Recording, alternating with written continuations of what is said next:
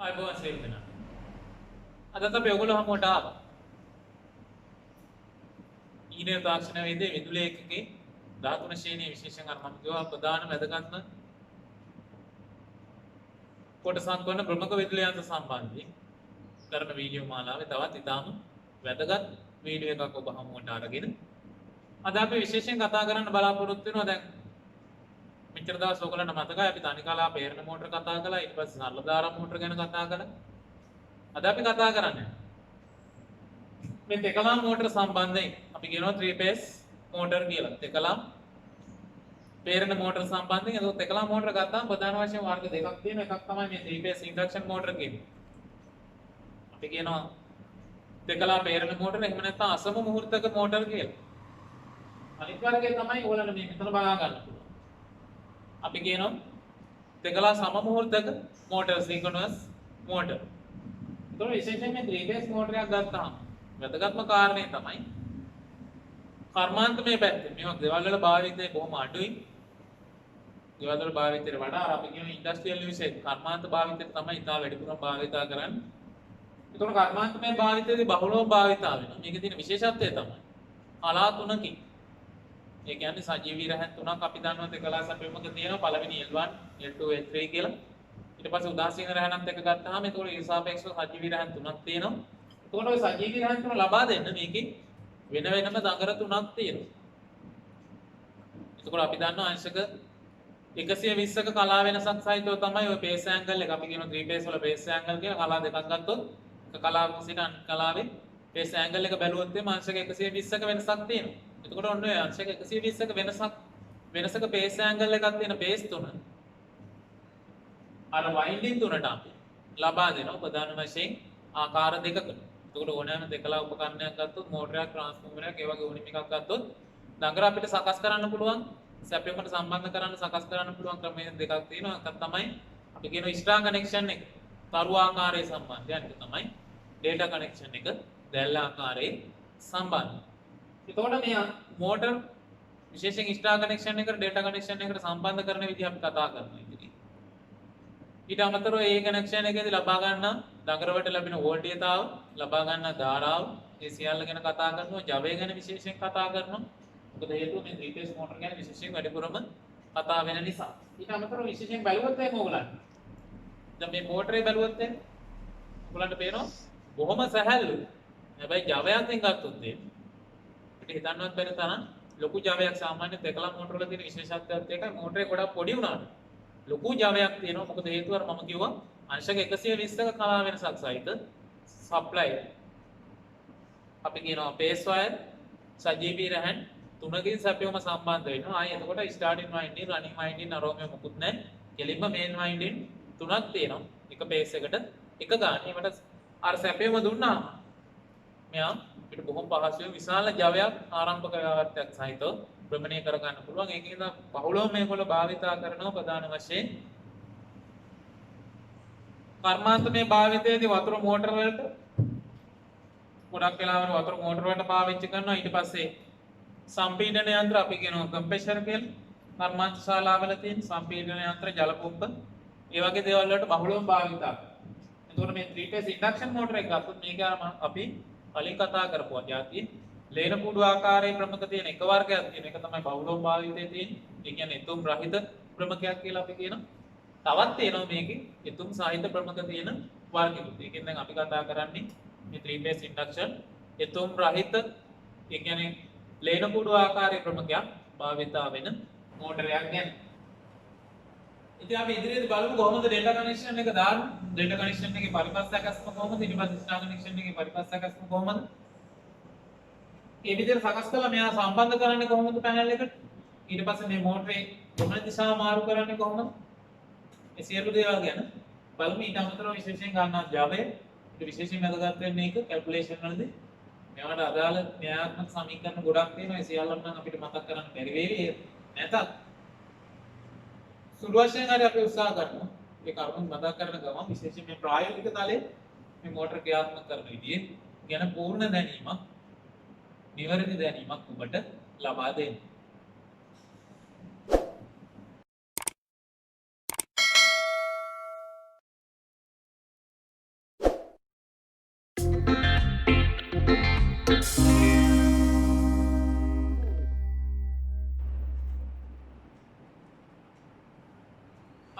මුලින්ම මේ මෝටරේට කිට්ටු වෙලා මෙයාගේ අර පරිවිතර ලේබල් එක අපි කියනවා data ලේබල් එක මොන අපිට ගහලා තියෙනවා 3 phase ඉන්ඩක්ෂන් මෝටර් කියලා තියෙන්නේ අයියා කරක් නැතුව. તો නියම වචනේ 3 phase ඉන්ඩක්ෂන් මෝටර් දෙකලා පේරන මෝටරේ. එතකොට ටයිප් එක ගහලා තියෙනවා ටයිප් එක ගැන ගැටලුවක් නැහැ. අපිට ක්‍රියාකාරී වෝල්ටේජ් තව වෝල්ට් 380යි. එතකොට අපි දන්නවා වෝල්ට් 400ක් වෙනවා අපේ සැපයුමට එනකොට මේක. ෆ්‍රීකවන්සි එක හර්ට්ස් 50යි ස්ටාර් ඩෙල්ටා දෙකටම මේ සංකේත දෙක මතක තියාගන්න. y අකුරෙන් කියන්නේ ස්ටාර් කනෙක්ෂන්, ත්‍රිකෝණයෙන් කියන්නේ ඩෙල්ටා කනෙක්ෂන් කියන එක. පවර් එක වොට් 180යි, කරන්ට් එක ඇම්පියර් 0.4යි, ස්පීඩ් එක 1400යි rpm. ඊගාට අපි මේ දඟර අග්‍ර දිහා බැලුවොත් එimhe අපිට මෙතන දඟර තුන පේන්නේ නැහැ. ඒ වෙනුවට ඕගලන්ට පේනවා මේ සමීපව බැලුවොත් එimhe මෙතන තියෙනවා u1 v1 w1 කියලා දඟර තුන. එතකොට අපි මම කිව්වා අර පේස් තුනට දඟර තුනක් වෙන වෙනම තියෙන්නේ. එතකොට u v w කියන පේස් තුන තමයි මේ අනුපිළිවෙලට තියෙන්නේ.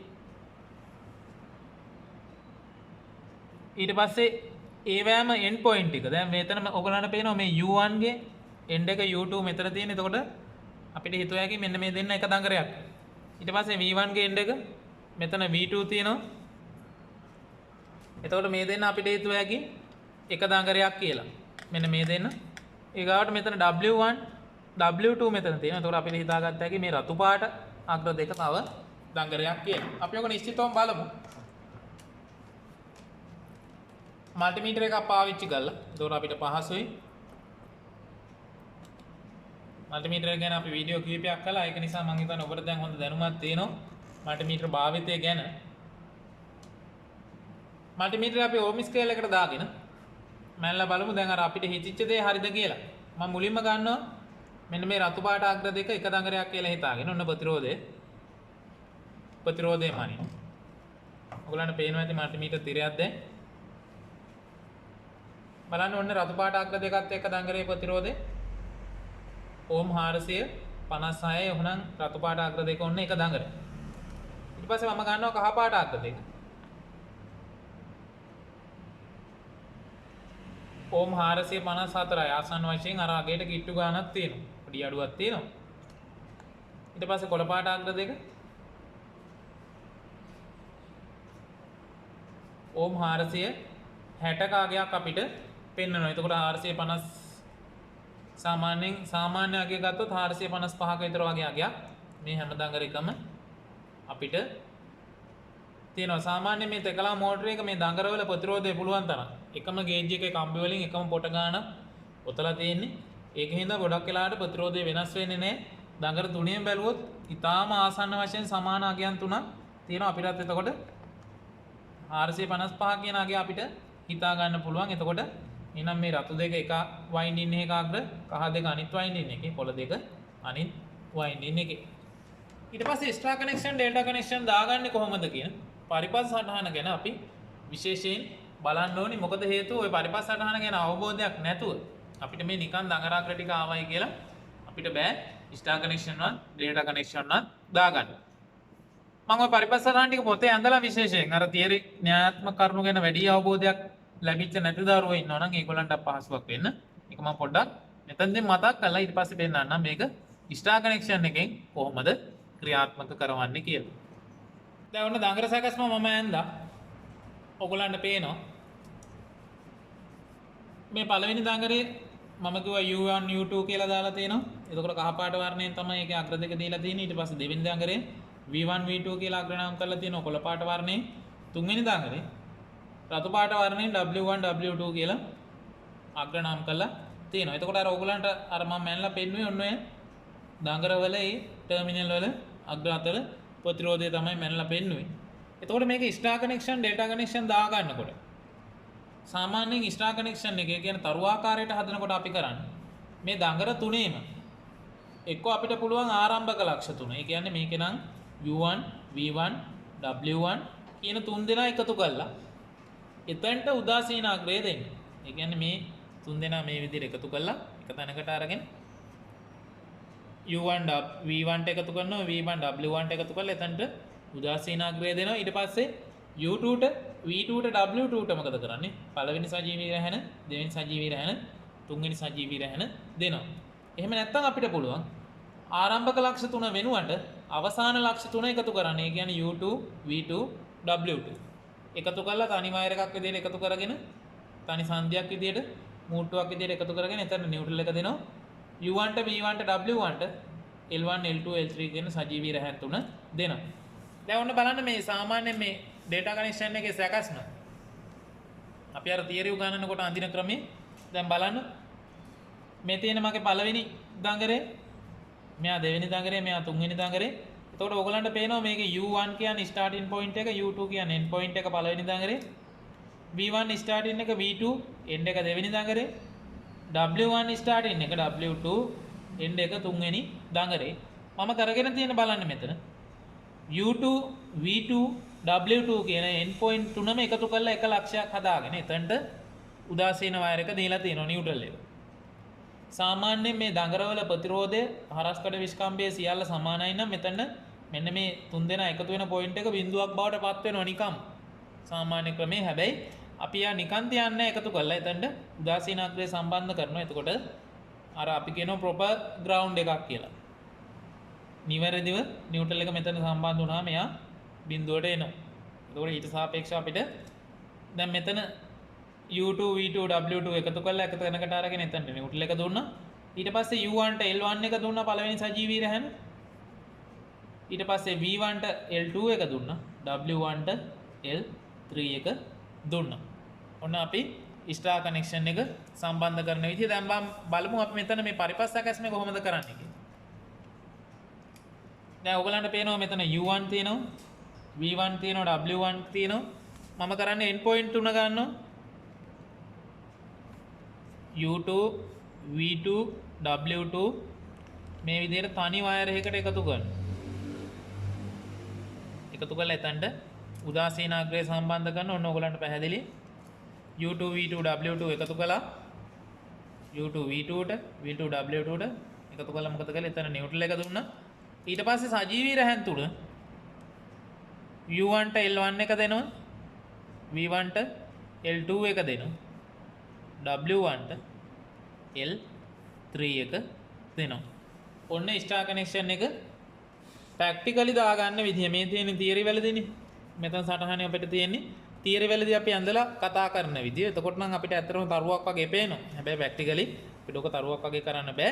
ඒ වුණාට ඒ ආකාරයට අපි සම්බන්ධ කරනවා බලන්න. අවසාන ලක්ෂ 3 එකතු කරලා නිව්ට්‍රල් එක දීලා තියෙනවා. ආරම්භක ලක්ෂ 3ට බේස් 3 පිළිවෙලින් දීලා තියෙනවා. එතකොට ස්ටාර් කනෙක්ෂන් දැම්මත් ඩෙල්ටා කනෙක්ෂන් දැම්මත් මේ මෝටර එකේ භ්‍රමණ දිශාව මාරු කරන එක මම මෙතනදී මතක් කරන්න.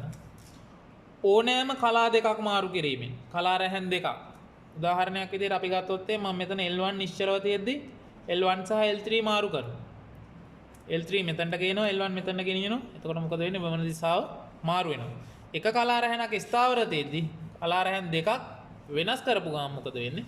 තෙකලා මෝටර එක ඊටාම පහසුවෙන් භ්‍රමණ දිශාව මාරු කරගන්න පුළුවන්. තවත් වැදගත් කරුණක් කියනවා මම මෙතනදී. සාමාන්‍යයෙන් දැන් මේ ස්ටාර් කනෙක්ෂන් එකේ මෝටරය සම්බන්ධ කළාම 3 phase මෝටරය සම්බන්ධ කළාම සප්ලයි එකෙන් ගන්න ටිකක් අඩු ධාරාවක්. ස්ටාර් කනෙක්ෂන් එකේ තියෙන විශේෂත්වය ඒකයි. කරන්ට් එක ගන්න සප්ලයි එකෙන් අඩු ධාරාවක්. ඊට සාපේක්ෂව ජවයත් මොකද වෙන්නේ? ධාරාව අඩු හින්දා අපි දන්නවා නිකම්ම ජවයත් මෝටරේ අඩුයි. ඒ වෙලාවේ ස්ටාර් කනෙක්ෂන් එක. ඩෙල්ටා කනෙක්ෂන් එකට අපි මාරු වුණොත් එහෙම ඩෙල්ටා කනෙක්ෂන් එක සාමාන්‍යයෙන් ස්ටාර් කනෙක්ෂන් එකේදී ගන්න ධාරාව වගේ 3 ගුණයක්. ඔන්න මතක තියාගන්න. තියරි හොඳට මතක තියාගන්න. ඩෙල්ටා කනෙක්ෂන් එකට දැම්මහම අපි ඩෙල්ටා කනෙක්ෂන් එක තාම ඇඳේ නැහැ. දැන්ට මම කියන්නේ. ඩෙල්ටා කනෙක්ෂන් එකට මාරු කළාම ස්ටාර් කනෙක්ෂන් එකේදී මෝටරේ ගත්ත ධාරාව වගේ 3 ගුණයක් ධාරාව සැපයුමෙන් ගන්නවා. අනික තමයි ස්ටාර් කනෙක්ෂන් එකේදී මෝටරේට ආපු ජවය අර අපි කිව්වේ පවර් එක කියලා. අන්නේ ජවය වගේ 3 ගුණයක ජවයක් ඩේටා කනෙක්ෂන් එකේදී අපිට උපදවා ගන්න පුළුවන්. ඔන්න ඔය ටිකත් ඔළුවේ තියාගන්න.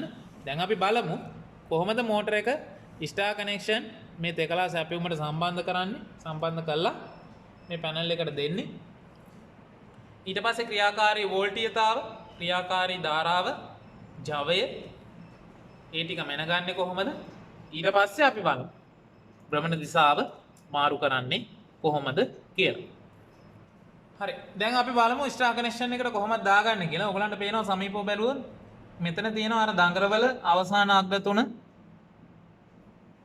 V2 U2 W2. එතකොට මේ පැත්තෙන් ආවොත් ඔන්න අවසාන අග්‍ර තුන මෙතන තියෙනවා. ඔයගලන්ට පැහැදිලිව බලාගත්ත හැකි V2 U2 W2. එතකොට අපි කරන්නේ මෙන්න මේ අවසාන ලක්ෂ තුන එකතු කරනවා. එකතු කරලා මෙතනට උදාසීන රැහැන සම්බන්ධ කරනවා. මම මුලින්ම කරන්නේ V2 සම්බන්ධ කරනවා U2ට. මේ විදිහට වයර් එකක් දාලා ඔන්න ඔයගලන්ට පැහැදිලි. V2 U2 එකතු කළා. ඊට පස්සේ W2 සහ U2 මෙතනින් එකතු කරනවා. මට පුළුවන් මේ මෙතන එක ටිප් එක සේෆ්ටි එක ප්‍රෝබ් එක සේෆ්ටි ටිප් එකක් ගලවලා අයින් කළා. මෙතනට එකතු කර ගන්න. දැන් ඔන්න ඔයගලන්ට පැහැදිලිව පේනවා. V2 U2ට දැම්ම එකතු කළා. U2 W2ට එකතු කළා. ඊට පස්සේ මෙතනට මම මොකද කරනවයි කිව්වේ? උදාසීන වයර් එක සම්බන්ධ කර ගන්නවා. සම්බන්ධ නොකලා කියලා මෝටරේ ක්‍රියාත්මක නොවී තියන්නේ. සම්බන්ධ නොකලා කියලා මෝටරේ ක්‍රියාත්මක නොවී තියන්නේ. ඒ උනාට හොඳයි. මොකද හේතුව අපි කියනවා අර ප්‍රොපර් ග්‍රවුන්ඩ් කරනවා කියලා. නියුට්‍රල් එකට කනෙක්ට් කළාම අපි දන්නවා අනිවාර්යෙන් එතකොට එතන සප්ලයි එක බිඳුව බවට පත් වෙනවායි කියලා. ඔන්න මම මෙතනට නියුට්‍රල් වයර් එක දාගත්තා. මම දැන් ඔයගලන්ට පැහැදිලි V2 U2 W2 එකතු කරලා එතනට නියුට්‍රල් එක දුන්නා. ඊට පස්සේ U1 V1 W1 මෙන්න මගේ U1 ඉන්නවා sorry මෙතන U1 ඉන්නවා මෙතන V1 ඉන්නවා W1 ඉන්නවා. එතකොට මේකේ විදිහට මේ මෝටරේ විදිහට මම පාට ගන්නවා. මේකේ W1 රතු පාට V1 කොළ පාට U1 කහ පාට. එහෙනම් මම W1 ට දෙනවා රතු පාට පේස් වයර් එක.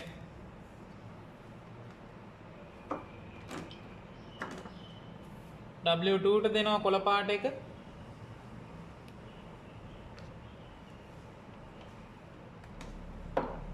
W3 එකට දෙනවා කහ පාට පේස් එක.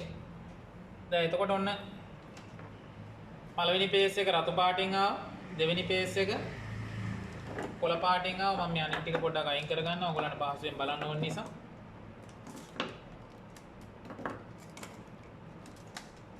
මල්ටිමීටරේ මම පොඩ්ඩක් පැත්තකින් තියන්න. දැන් අපිට බනින්න දෙයක් නැහැ. දැන් බලන්නකො. රතු පාට පළවෙනි පේස් එක, කොළ පාට දෙවෙනි පේස් එක, කහ පාට තුන්වෙනි පේස් එක. දැන් මේ පැනල් එකට කනෙක්ට් කරන්න කලින් පොඩ්ඩක් බලන්න හරියටම පේස් 3ට සැපියුම ඇවිල්ලාද කියලා. අන්න මම ටෙස්ටරෙන් බැලුවා පළවෙනි පේස් එක ඔයගලන්ට පේනවා. ටෙස්ටරේ පත් වෙනවා. දෙවෙනි පේස් එකෙත් කරන්ට් එක තියෙනවා. තුන්වෙනි එකෙත් කරන්ට් එක තියෙනවා. ඒ කියන්නේ පේස් 3ම සම්බන්ධයි. නේනම් මම සම්බන්ධ කළා.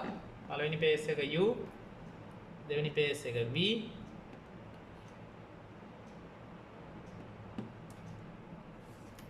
තුන්වෙනි පේස් එක W. ඔන්න අනුපිළිවෙලට සම්බන්ධ කළා. අවසාන වශයෙන් උදාසීන අග්‍රයේ නිල් එක. මම දැන් සම්බන්ධ කරලා ඔයගලන්ට පැහැදිලි. එතකොට ආපහු මම මතක් කරන්න U2 V2 W2 එකතු කරලා එතනට උදාසීන අග්‍රය සම්බන්ධ කළා. ඊට පස්සේ U1 V1 W1 ට පළවෙනි දෙවෙනි තුන්වෙනි සජීවී රැහන් අනුපිළිවෙලට සම්බන්ධ කළා. දැන් අපි කිව්වා ස්ටාර් කනෙක්ෂන් එකේ මෝටරේ තියෙන්නේ. ඔන්න මම සප්ලයි ඔන් කරනවා. සප්ලයි ඔන් කළාම ඔයගොල්ලෝ හිතන්නේ නැති ලොකු සද්දයකට කැරකේ කියලා තේකලා මෝටරයක් හින්දා නේද? බොහොම නිශ්ශබ්දව තමයි මෙයා ක්‍රියාත්මක වෙන්නේ. අර මම කිව්වා ජවයේ වැඩි වුණාට මේකේ ක්‍රියාකාරී හඬ ඊටාම අඩුයි. මම සමීපව පෙන්නන්නම් අරගෙන බලන්න රෝටර් එක භ්‍රමණය වෙනවා. මේ ඔයගලන්ට පේනවා භ්‍රමණය වෙනවා. මම පොඩ්ඩක් පහසු කරන්න මේකට අර මැග්නට් එක අලවන්න. සෙන්සරේ මැග්නට් එක සැපියුම ඕෆ් කරලා ඔයගලන්ට භ්‍රමණය පහසුවෙන් බලන්න ඕන නිසා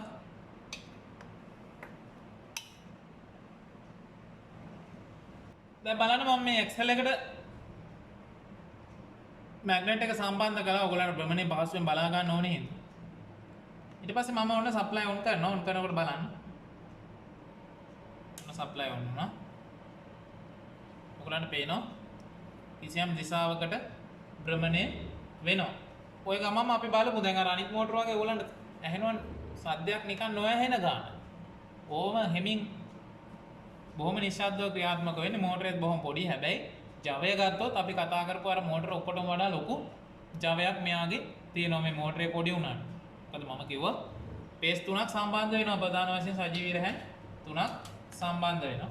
අපි RPM එක පොඩ්ඩක් බලමු. ඔයගලන්ට මතකයි මේ පිරිවිතර ලේබල් එකේ තිබුණ 1400 RPM එක. ඊට වඩා ටිකක් වැඩි ඇති බොහෝ විට නෝ ලෝඩ් දුවන හින්දා. බලන්න ඔයගලන්ට පේනවා 1488ක් 89ක් 1488ක විතර වගේ RPM එකක් පැහැදිලිව පේනවා මෙතන 1488ක වගේ RPM එකක් අපිට බලා ගන්න පුළුවන්. දැන් බමන දිශාවත් පොඩ්ඩක් බලන්න මම ඔතනින්ම පෙන්නන්නම් එකක්. මේ ස්ටාර් කනෙක්ෂන් එකේ දුවන්නේ. බ්‍රහ්මණ දිශාව බලන්න ඔන්න මම ස්ලෝ කරනවා. සප්ලයි ඔෆ් කරාම බලන්න බ්‍රහ්මණ දිශාව කොහෙටද භ්‍රමණය වෙන්නේ කියලා ඔන්න පැහැදිලිව පේනවා. මේ පැත්තට තමයි භ්‍රමණය වෙන්නේ. ඔන්න බලන්න. පැහැදිලිද භ්‍රමණ දිශාව? දැන් ඊගාවට මම කිව්වා මේක ඕනෑම පේස් දෙකක්. කලා දෙකක් මාරු කරලා භ්‍රමණ දිශාව වෙනස් කරන්න පුළුවන් කියලා. දැන් එතකොට මම කිව්වා ඔයගලන්ට භ්‍රමණ දිශාව මාරු කරන්න මේ ඕනෑම පේස් දෙකක් මාරු කරලා පුළුවන් කියලා. එතකොට ඔන්න බලන්න දැන් මේ තියෙන්නේ සාමාන්‍ය අනුපිළිවෙල. මම කරන්නේ මොකද්ද? කොළ පාට පේස් එක හොල්ලන්නේවත් නැහැ. මේ රතු එකයි කහ එකයි මාරු කරනවා බලන්න. රතු පේස් එක ගලවලා පළවෙනි පේස් එක ගලවලා කහ පාට පේස් එක තිබ්බ තැනට ගේනවා. කහ එක රතු එක තිබ්බ තැනට ගෙනියනවා. අපි බලමු දැන් ඔන්න මෙතනින් මම පේස් දෙක මාරු කළා. කලා අනුපිළිවෙල මාරු වුණා. දැන් බලමු භ්‍රමණ දිශාවට මොකද වෙන්නේ කියලා. බලන්න මෝටරේ ෂාෆ්ට් එක දිහා බලන් ඉන්න. මම සප්ලයි කනෙක්ට් කරනවා මෙතනින්. පැනල් එකෙන් බලන්න ඔන්න මම සප්ලයි කනෙක්ට් කරනවා. දැන් ඔන්න බලන්න භ්‍රමණ දිශාවට මොකද උනේ කියලා. මම පොඩ්ඩක් සප්ලයි ඔෆ් කරන්න. එතකොට ස්ලෝ වෙනකොට බැලුව හැකි දිශාව. ඔන්න ඔයගලන්ට බොහොම පැහැදිලිව පේනවා මේ.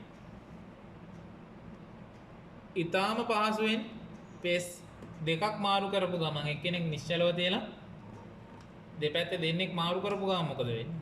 අනිවාර්යෙන් භ්‍රමණ දිශාව වෙනස් වෙනවා. මම ආපහු තිබ්බ පැත්තටම දාන්න. ඔහොම බලන්න. ආපහු තිබ්බ විදිහට මම මාරු කරගන්න. ඔන්න තිබ්බේ මෙහෙමයි. දැන් ආයෙ ඔන්න භ්‍රමණ දිශාව බලන්න. සප්ලයි එක දානකොට පැහැදිලි භ්‍රමණ දිශාව ඔයගලන්ට කොහෙටද භ්‍රමණය වෙන්නේ කියලා. ඊගාට මම කරන්නේ මේ කොළ පාට එකයි කහ පාට එකයි මාරු කරනවා බලන්න. ඒත් මොකද වෙන්නේ කියලා. කොළ එක අරගෙන කහ පාට එක තිබ්බ තැනට දානවා. කහ පාට එක අරගෙන කොළ පාට පේස් එක තිබ්බ තැනට දානවා. දැන් බලන්න භ්‍රමණ දිශාවට ආයි මොකද වෙන්නේ කියලා.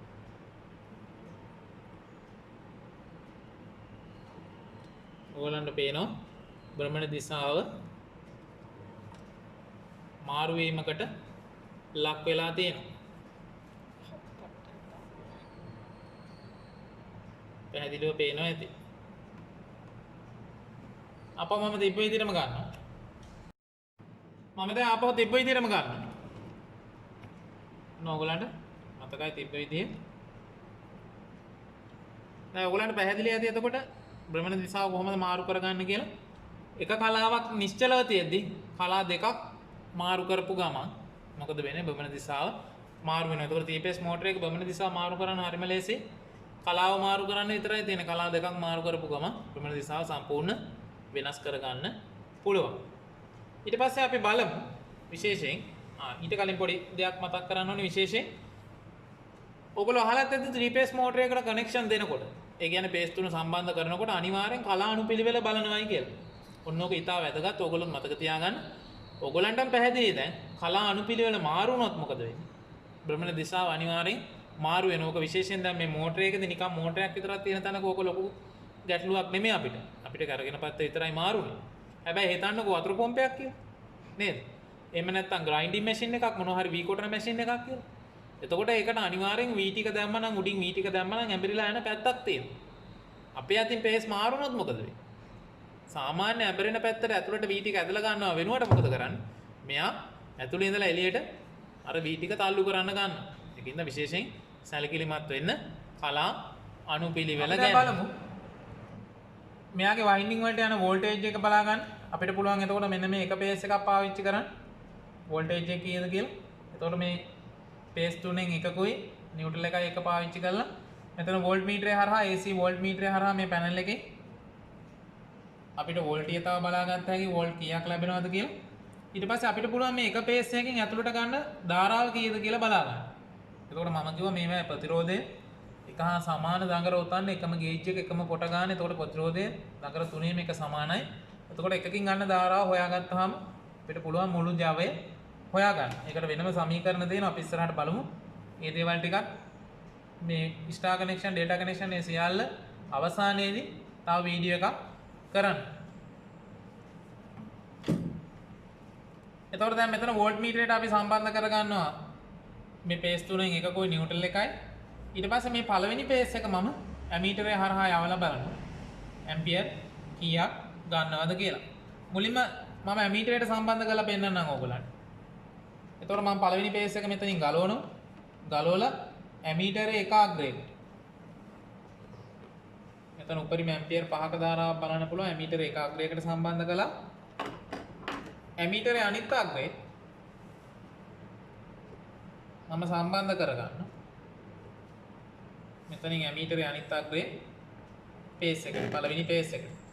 දැන් ඔයගලන්ට පේනවා පැහැදිලිව බැලුවොත් පළවෙනි පේස් එකෙන් ධාරාව ඇමීටරේට ගියා. ඇමීටරේ හරහා මෝටරේ ඇතුළට යනවා. එතකොට අපිට හිතාගත්ත හැකි කොච්චර කරන්ට් එකක් ගන්නවද කියලා.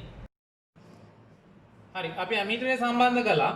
ඊට පස්සේ වෝල්ට් මීටරෙත් ඔය ගාම සම්බන්ධ කරමු. මම කිව්වා එක පේස් එකකුයි නියුට්‍රල් එකයි. මම එතකොට මෙතන කරන්නේ මෙතන උදාසීන අග්‍රයේ තියෙන සේෆ්ටි ටිප් එක මම ගලව ගන්න. ගලවලා එතනට මෙන්න මේ කහ පාට වයර් එක දා ගන්නවා. ඊට පස්සේ මෙතන මේ රතු පාට පේස් එකේ පළවෙනි පේස් එකේ ඒකෙත් මම සේෆ්ටි ටිප් එක ගලවනවා. ගලවලා එතනට මේ කළු පාට වයර් එක දා ගන්නවා. දාලා බලන්න වෝල්ට් මීටරයට මම සම්බන්ධ කර ගන්නවා. මොන කළු පාට වයර් එක වෝල්ට් මීටර එකාග්‍රයකට කහ පාට වයර් එක මට දිග මදි හින්දා මම පොඩ්ඩක් වයර් එක දික් කරනවා. තව රතු පාට වයර් එකක් සම්බන්ධ කළා.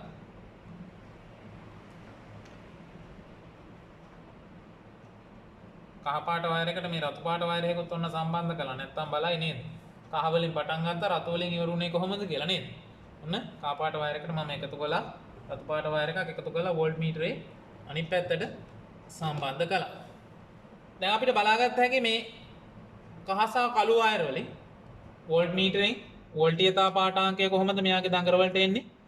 ඊට පස්සේ මෙතන මේ ඇමීටරයෙන් අපිට බලාගත්ත හැකි ගන්න කරන්ට් එක කීයද? ඔන්න බලන්න මම සප්ලයි ඔන් කරනවා. මෝටරේ ක්‍රියාකාරීත්වයත් ඒ අතරින් බලාගත්ත හැකි. ඔයගලන්ට පේනවා මෝටරේ කැරකෙනවා සාමාන්‍ය වේගී. දැන් බලන්න වෝල්ටීයතාව වෝල්ට් 235ක්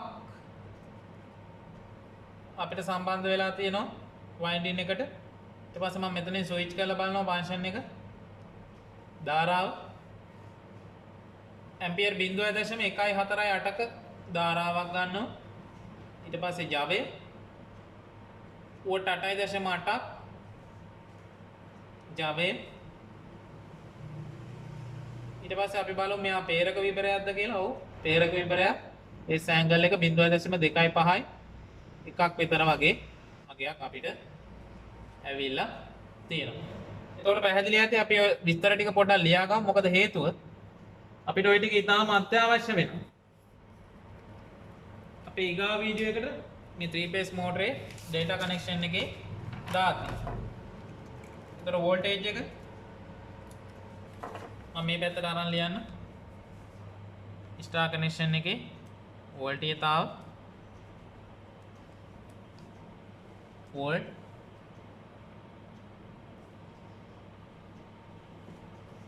234.8යි අපි කියමුකෝ 235යි කියලා. ඊට පස්සේ ධාරාව ඇම්පියර් 0.148යි. ජවය පවර් එක වොට් එක 8.8යි. පේරක විබරයක් විදිහට ගන්න අපිට පෙන්නනවා L 0.2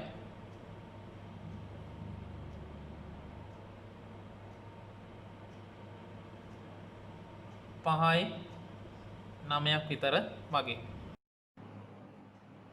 දැන් ඔයගලන්ට බොහොම පැහැදිලි වෙන්නේ මේ දෙකලා පේරන මෝටරේ 3 phase induction motor එක කොහොමද ස්ටාර් කනෙක්ෂන් එකෙන් අපි සප්ලයි වලට කනෙක්ට් කරන්නේ, ඊට පස්සේ ගමන දිශාව කොහොමද මාරු කරගන්නේ, ඊට පස්සේ ස්ටාර් කනෙක්ෂන් එකේදී ලැබෙන වෝල්ටේජතාව, දඟරයකට ලැබෙන වෝල්ටේජතාව කීයද, නගරයක් තුලින් ගන්න ධාරාව කීයද, ජවය කීයද, ඒ ටික අපි මානින්න විදිහ. ඉතින් අපි ඊගා වීඩියෝ එකේ බලමු. මොකද මේක තනි වීඩියෝ එකක් විදිහට අපිට කරන්න අමාරුයි, ගොඩක් කාලය වැය වෙන නිසා. මේකෙම දෙවෙනි වීඩියෝ එකකින් අපි බලමු මේක ඩේටා කනෙක්ෂන් එකෙන් කොහොමද සම්බන්ධ කරන්නේ, කොච්චර වෝල්ටේජතාවක් ගන්නවද, කොච්චර ධාරාවක් ගන්නවද, ජවය කොච්චරද. ඊට පස්සේ අර අපි මුලින් කියපු කරුණ ඇත්තද කියලා බලමු, සත්‍යාපනය වෙනවද කියලා බලමු. ස්ටාර් කනෙක්ෂන් එකේ ගන්න ධාරාව වගේ 3 ගුණයක් ඩේටා කනෙක්ෂන් එකේ ගන්න ඕනි. ස්ටාර් කනෙක්ෂන් එකේ ජවය වගේ 3 ගුණයක් ඩේටා කනෙක්ෂන් එකේ අපිට ලැබෙන්න ඕනි. ඊට පස්සේ අපි කතා කරනවා මේ දෙකලා ජවය හොයන සමීකරණ ගැන පොඩ්ඩක් අපි කතා කරලා තියරි කොටසක් කතා කරලා ඊගා වීඩියෝ එකේදී අපි නතර කරනවා. එතකන් දැන් අද අපි ස්ටාර් කනෙක්ෂන් එක ගැන ඔයගලන්ට කතා කළා. විශේෂයෙන් දෙකලා මෝටරේ හැදින්වීම ඇතුළේ සියලුම කරුණු ටික අපි කතා කළා. ඒ ටිකත් මතකයේ තියාගන්න. ඊගා වීඩියෝ එක අනිවාර්යෙන් නරඹන්න. මේකේ දෙවෙනි කොටසත් එක්ක සම්පූර්ණ දෙකලා මෝටර ගැන අවබෝධයක් ලබා ගන්න. එතකන් අපි ඔබේ සමුගෙන යනවා. විශේෂයෙන් මතක් කරනවා මේ දක්වා වීඩියෝ නැරඹුවේ නැත්නම් අපේ වීඩියෝ මාලාව බලන්න. ඊට අමතරව විශේෂයෙන් න්‍යායාත්මක කරුණු වලට අවශ්‍ය වීඩියෝ මාලාවක් අපි වෙනම කරනවා. ඒවත් නරඹන්න. ඒකම විශේෂයෙන් මතක් කරනවා.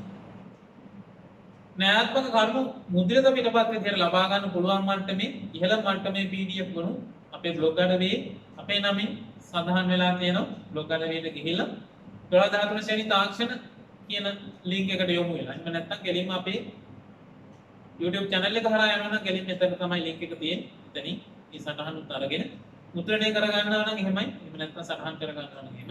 එයාගෙන් මේ විශේෂයෙන් න්‍යායාත්මක දැනුම සහ ප්‍රායෝගික දැනුම විභාගය සඳහා ඊට අමතරව ප්‍රායෝගික ජීවිතය සඳහා වර්ධනය කරගන්න. එහෙනම් අපි අදට ඔබේ සමුගෙන යනවා.